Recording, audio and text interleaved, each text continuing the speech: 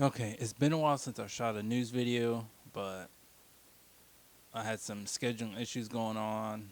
My daughter, her schedule completely changed, so that really hindered me from shooting a few news videos. But now hers finally got back on to how I want it, so now I'm able to shoot a little bit more news stories. So I wanted to talk about something for quite a little bit now, and kind of what currently is going on in the last few days. I haven't really wanted to shoot that because I wanted to talk more about what I found on alternate.org. Yep, I'm using a new news source. A lot of their stuff is too much Trump bullshit. Oh, Trump does this and Trump does that, and oh my gosh, isn't Trump so horrible? But one thing they are talking about is, and this is from a couple weeks ago, it's about how the jobs are actually disappearing from the economy because of, I'll actually say it, because of the depression that we're in. Okay, I'll start from the top. President Donald Trump on Friday, this is a week of September 4th, by the way. This this was about almost 2 weeks ago. Wasted no time taking a victory lap after the Bureau of Labor Statistics announced the U.S. employment rate fell to 8.4% in August. But economists warn a closer look at the new economic figures reveals an alarming surge of permanent joblessness that could portend a prolonged recession. But really, it's a depression. If Congress and the White House fail to quickly approve additional relief, the number of Americans classified as permanently unemployed as opposed to being on temporary furlough grew by 534,000 in August, even as the U.S. economy added 1.4 million jobs. The total number of workers who are permanently jobless is now 3.4 million, according to the Bureau's latest data. And this economist says that the U.S. economy is still down 11.5 million jobs from February. He says it'll take years to return to the pre-pandemic labor market.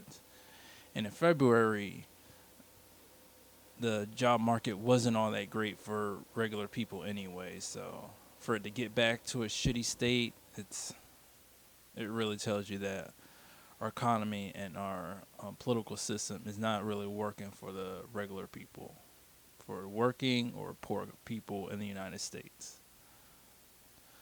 Yeah, the article is short and it goes over some of the outdated information about how the federal government ended their $600 boost to unemployment pay. I think that was in July, and they're discussing, oh, let's do it $300 a week extra based on top of what a lot of people are getting, and that just completely was inadequate for what poor and working class people really need, and even middle class people, because people really need to be able to rely on the government when private businesses can't really pay people what they need. And when it comes down to it, corporations are paying their employees the least amount that the employees are really able to accept or willing to accept.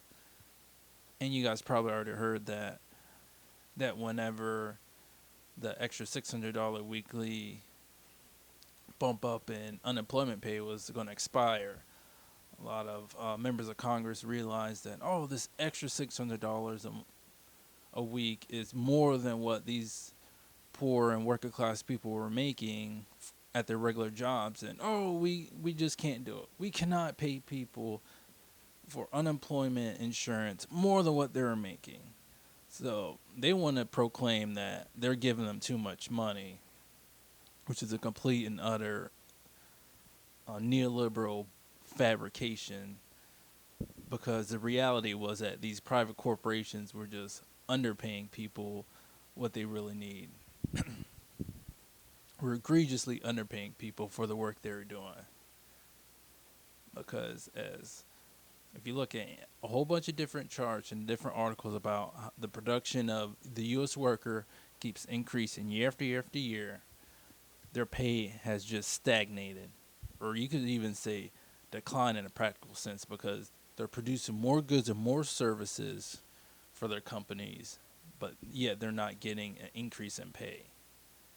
And guess what? All that increase in goods and services that's being produced without the increase in pay just means all that extra profit is just going straight to the top, straight to the CEO, the shareholders, and the board of directors for these, especially the big companies, these big corporations, multinational corporations.